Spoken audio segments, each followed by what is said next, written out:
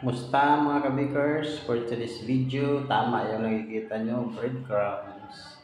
So yan, napaka-perfect ng kanyang quality. At yan ang share ko sa inyo mga kabikers kung paano ko siya ginawa.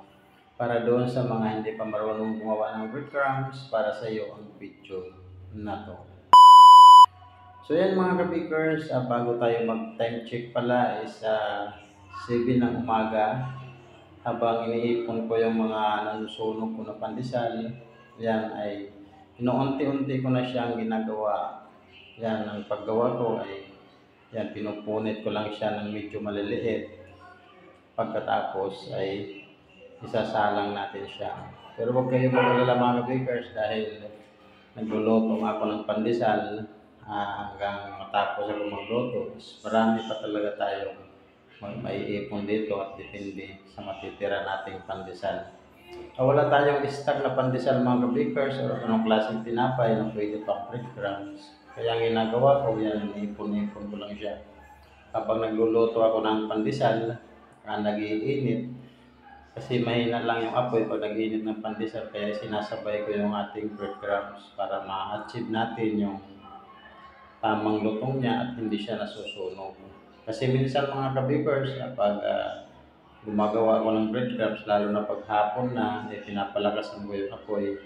Minsan nalilimutan ko at minsan nasusunog siya. Kaya ang ginagawa ko, dinadahan-dahan ko lang siya.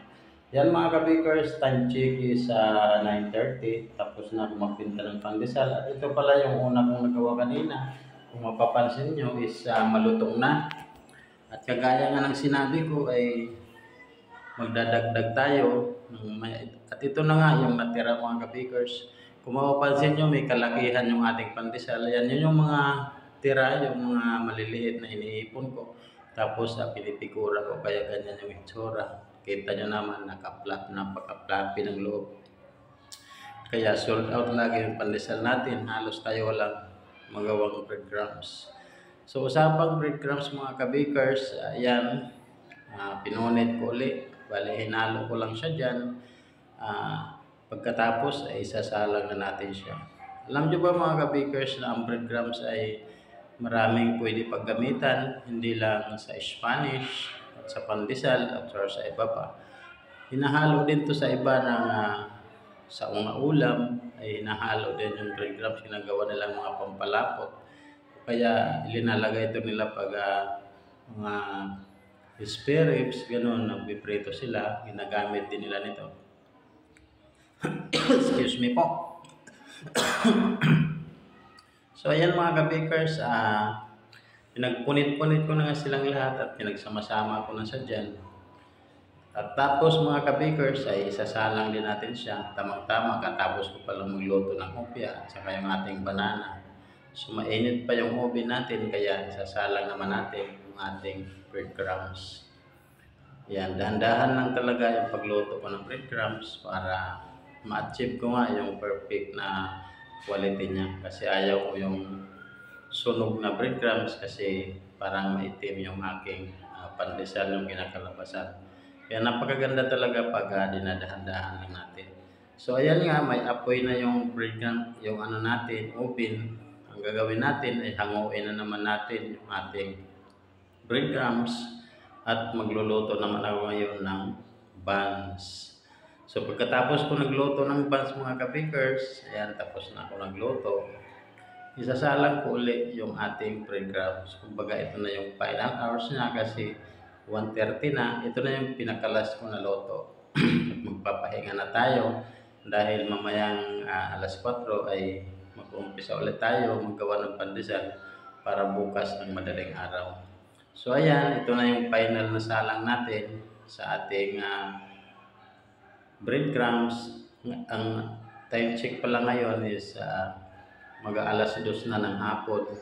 At yan, nahayaan ko na to sa oven hanggang alas 4, hanggang lumamig yung oven, ay nandoon lang talaga siya sa loob. Kaya paulit-ulit ko yung sinasalang mga kabakers, pero hindi naman siya nasasayang ng gas kasi patay nga yung oven. Bali yung kapag tapos ko magluto, saka ko lang siya sinasalang. So ayan mga kabakers, time check is alas 4 na ng hapon at kaigising ko lang, pahinga ako kasi magagawa na nga ako ng pandesal. Pero bago ako maggawa ay ito muna gagawin ko muna yung aking breadcrumbs. Nakita niyo naman na yung kulay niya is ano lang siya, golden brown, hindi siya nasunog kasi padahan-dahan nga lang yung paluto po ng ating breadcrumbs para mas maganda yung kanyang quality at magandang kalalabasan ng ating kulay ng ating breadcrumbs. So ito yung mga kailanganin natin, yung ating agan. Sa akin naman ay sako lang. Or yung iba nito mga kabakers ay meron talaga sila mga gilingan para dyan sa mga ibang bakery. Gaya ng pinapasukan ko dati, meron talaga kami ginigilingan dyan. Pero para sa akin, mas maganda pa rin yung ganito kasi mas madali. Or kaya yung lata, kahit anong klaseng lata mga bakers yan, nagagamit din ako niyan. At kumukuha lang kami ng kahoy. Yun yung pang ano namin, kumbaga tawagin sa amin sa probinsya is binabayo. So, sa akin naman ngayon is sako. Papasok ko siya sa sako, tapos maghahanap lang ako ng part ng medyo matibay dyan sa misa at doon ko siya pinupukpok. So napakadali lang naman ito mga bakers kasi napakalutong niya, kaya kunting pukpok mo lang ay talagang sabog na ang kanyang breadcrumbs. So feeling ko ito yung matigas na part ng misa ko, kaya dito ko siya ngayon pupukpukin na yan. Dahil sumasayaw yung ating cellphone, kita nyo naman, sumasayaw yung cellphone natin habang pinupukpok natin yung ating breadcrumbs. Gaya nga ng sinabi ko kanina na ang breadcrumbs ay napakadaming pwede paggamitan dito. At minsan nga kinakain ko pa ito napakasarap din ito. Ginagawa ko siyang pulburon. Wala lang, pag ganyan na siya, durog na. Yan. Tapos agagin naman natin siya. Kung mapapansin nyo is maliit lang talaga siya mga kabakers. Gaya nga ng sinabi ko, linggo kasi ngayon, kaya na-sold out yung pandesal natin. Nagsadyang nagtira lang ako para pandagdag ko doon sa breadcrumbs ko na natira ko kahapon sa paggawa ng pandesal. So ganyan lang siya kadali, aagawin lang natin ng pagganyan. Make sure na walang butas yung ating agagan para walang lalabas na malalaki. So ganyan talaga siya mga kabakers. Ngayon kung wala naman kayong oven mga kabakers na pwedeng paglutuan ito ng breadcrumbs, kung gusto nyo gumawa, pwede naman kayo sa mga microwave, ganun, yung mga electric na oven. Pwede naman yan, isa lang yung ating gagawin na breadcrumbs. Pero ang kadalasan lang talaga, mga pwedeng gawin breadcrumbs, gaya ng tiste, buns, yung mga munay, star bread, yun talaga ang mga ginagawa ko, breadcrumbs. Gumagawa din naman ko ng may mga palaman, may gusto ko lang yung mga puti, gaya ng Spanish, gano'n, pandikoko. Pero pag may kulay na mga kabakers, hindi ako gumagawa ng gano'n. Lalo yung palaman niya, may kulay, yung ube, chocolate. Yun naman ay ginagawa ko, pudding. At yan pala mga kabakers na yung mga inagagan ko, yung medyo malalaki pa, iniipon ko din yan sa malinis na timba. Tinatakipan ko din siya. At pag nagagawa ko ng pudding, ay nahalo ko din siya. Kaya hindi wala talagang sayang sa bakery kasi alam niyo naman ngayon, napakamahal yung ingredients. Pero yung tinapay natin is ganun pa rin ang presyo. Dito nga sa amin, ay 5 pesos pa rin ang mga Spanish, pandikoko.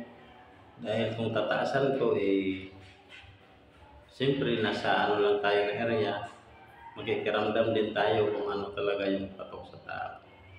Wala tayong magawa kasi halos doble na nga yung price ng ating mga ingredients, pero yung presyo ng tinapay ko ay ganun pa rin. Siyempre yung iba, meron din ako mga itinaas yung presyo, yung hindi talaga kaya, kaya tinataas ko din kahit pa paano. At ito na nga ang finished product ng ating perfect quality na ating breadcrumbs. Nakikita nyo naman, napakaganda yung kanyang kulay at napaka-perfect talaga. So ayan mga ka-bakers, kung gaya nga ng sinasabi ko, kung bago ka pa lang dito sa channel ko, napadaan ka lang, huwag kalimutan like, subscribe na din para updated pa kayo sa mga gagawin nating video. Yan mga ka-bakers, at ito na nga ang finished product ulit ng ating breadcrumbs. Sana may natutunan kayo sa video na